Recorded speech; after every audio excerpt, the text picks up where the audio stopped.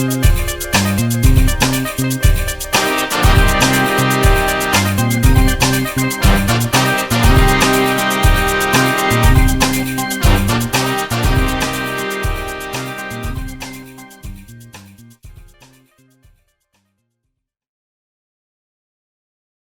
name is Udoakang Promise Peter.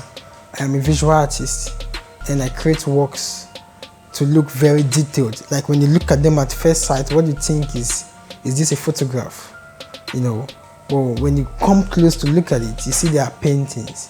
And I create this called hyperrealism. So I create these works because I fell in love with art and it became a passion for me.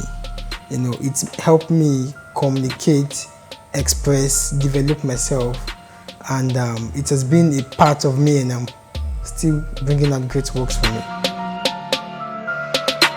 Let me say, growing up as an artist and my community or my environment I grew up was two different things, because I grew up from a very local environment, Okokomaiko in Ojo, and you know, as an artist, I wasn't even knowing my direction. But you know, I just saw myself loving how to draw. I just saw it, I just love it. And I kept doing it and I didn't want to stop. But you know, when you look at the environment situation, you begin to think what comes out of it. Because when you look around you, no one is making this. You know, and with that, there are so many restrictions of how you can see vision with that and how you can develop yourself. But I don't even have access to materials. You know, I just pick up a paper from the floor, see something, I just saw myself doing it. Even the environment fought me in the sense that I have people coming around me like, what are you doing? Because they've not seen me doing this thing before for the first time. Like, what are you doing? This is nonsense. Like, I just love doing this. So along the line, I get to do it, and I met a man. As and I did apprenticeship with the man. He's an artist. His name is Cool J. So I worked with him for like 1 year. 1 year, then I did 2 years. I started when I was in my JSS3. So with that, it helped me to develop myself to understand the world of art, because I think as an artist, you need to have foundation, you need to have guide, so you can actually know what you are doing. Because I didn't know, I just saw myself, you know, doing works, drawing, and I just do it. To me, art it means a lot, but I just have to break it down. To me, art means self-discipline. To me, art it's priceless.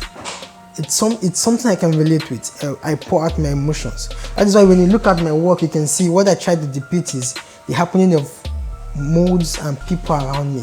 Because you know, when I grew from this my primitive place, you wake up one morning, you get to see people fighting, you get to see. So I just want to document these things because this is my environment.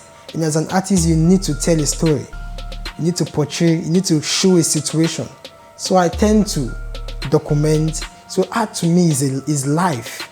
It's something I can do. I can separate myself from. I'm attached to it. So I think it's the reason why I'm living. So it's very important to me. After I make my works, you know, it is beyond you just making a painting and you keep it. It is the act of you trying to become creative. It's the act of you seeing yourself where you want to be. Because I think art speaks to different people. You know, I've made some certain works and people come around and they learn from it. And like, wow, this thing talks about a girl and a boy fighting, you know. So what I've done that moment, that people looking at that, I've learned something from it. So it's beyond me just doing it for beauty. It becomes functional. When it communicates to you, you know, you can learn from it. You can express, you can gain your interpretation from it, you know. So to me, when I create my works, what I tend to do is that I tend to portray my situation, as I say. Then when people come around, they see. But most of the times I get people who, when they love this particular work, they buy it for themselves and they go with it. Like now, if you look at this now, this is a painting of a girl I called Veronica. Now the reason why I made this work, I made it in homage to her because she was a young girl who has gone through a lot at a very age, who lost her dad, who was almost chased out of the home. And when you look at it, I titled the work called, I titled it Wailing. When you look at the work, you know, she's been deprived of so many rights. I don't even understand me. She's deprived of so many rights, but she wants to voice out. You know, wishing help can come from above. But she can't because I want to. Yes. So there's a lot of limitations. So I'm trying to portray it to her so she can actually see that someone can actually hear our own side of the story. And when I did this work, it brought a lot of healing to her. And currently now, I think she has found her path. Because actually I was moving along the way and I saw her. She stood and she cried and she said that this is what has been happening to me. But no one could understand. So I saw her, she was tying herself and she said that she wants to rebrand herself. That's what she said. She wants to rebrand herself. I'm like, what do you mean want to? Even sometimes she used plastic, you know, plastic nylon to cover her so that she wants to, she says that she sees herself being packaged and taken abroad. You understand? Because I think the fact that she is not, you know, she is not a white child and she's not entitled to so many Western civilization, she's limited. But these are the things the mind can capture, which she does. So when I saw this, I could tell a lot of struggles from her. So I had to just make this painting to homage to her. And I think, and what I've seen when I did this work to her, it has really captured a lot of progress from her. Yeah, the way I get my inspiration, it's, let me say, it's beyond, I don't just sit down. I only sit down to structure how I work, make this work. But it can come in a strike. It can come, you just meeting, I can sit with you here, I just get an inspiration. It can come while I'm searching for mentors. So it comes anytime, anywhere. It's not something that comes in a pattern. So inspiration is something that is around that you can't even see. It's not something that you wait for, it strikes you. As an artist, to me in Nigeria, it has been very tough. You know, one thing is showcasing my work, because now I'm making works. How do I get people to see it? And how do I get people to understand what I do? You know, so I think there have been so many restrictions to me, you know, but I just want to be grateful for the advent of the social media. But I think in Nigeria currently now, you know, we need to empower youth that are creative, because I know a lot of people who are talented, but based on their locations or based on where they are, they could not come out to show themselves. You know, so I think we should empower that. We should work on that. That is a major. If you say if art is to be prized, I will ask a question back. Can you prize life? Because art is a fundamental human value. It's not just something you want to do for the doing. It's beyond the beauty. It's functional. It's philosophical. You know, the only difference between a philosopher and an artist is the medium which they operate in. An artist can tell a whole lot of events on just a piece of work. You know, so philosophy and art, they go in hand. So art, it should not be prized because it should be valued.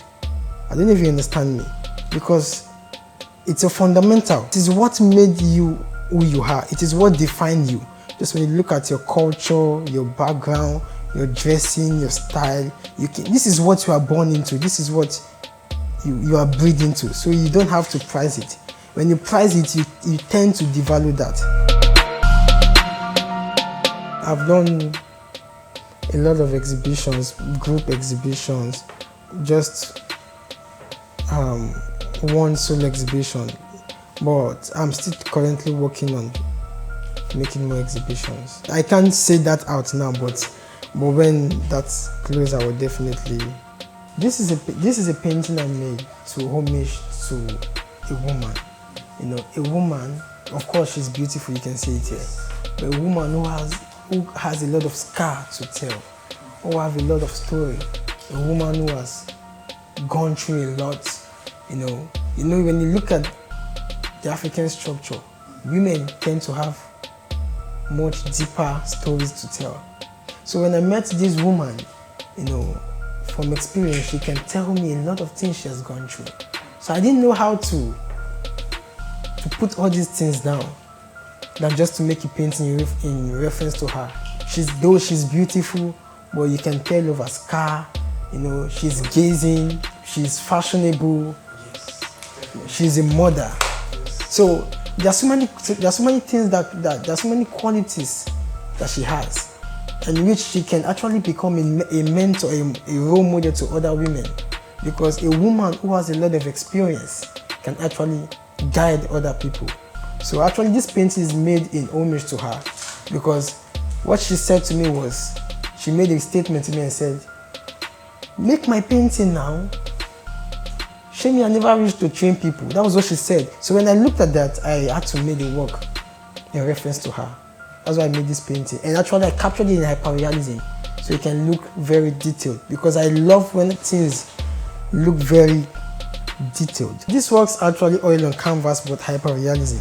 Now when I mean hyperrealism, what it means is when it captures the work to look very naturalistic, like it looks so real that at first sight you cannot tell if it's a photograph. You know, people ask you like, why are you making such work when you can actually take it with a photograph? Well, it's just, I can tell you it's the skills there. So, but in art there are so many forms you work with, because actually I make hyperrealism works and I also make impressionism works. When I mean impressionism, that is, I play and express with colors. You tend to see colors, you see red, blue, green, yellow. You know, a lot of colors flow, emotions go through it. That is impressionism. You express colors. But this hyperrealism, you try to capture it to look exactly as it is. A lot of people have inspired me, because whenever I meet an artist, I tend to learn more from them. You know, so I get inspirations from so many places, so many people, so many of my fellow art colleagues.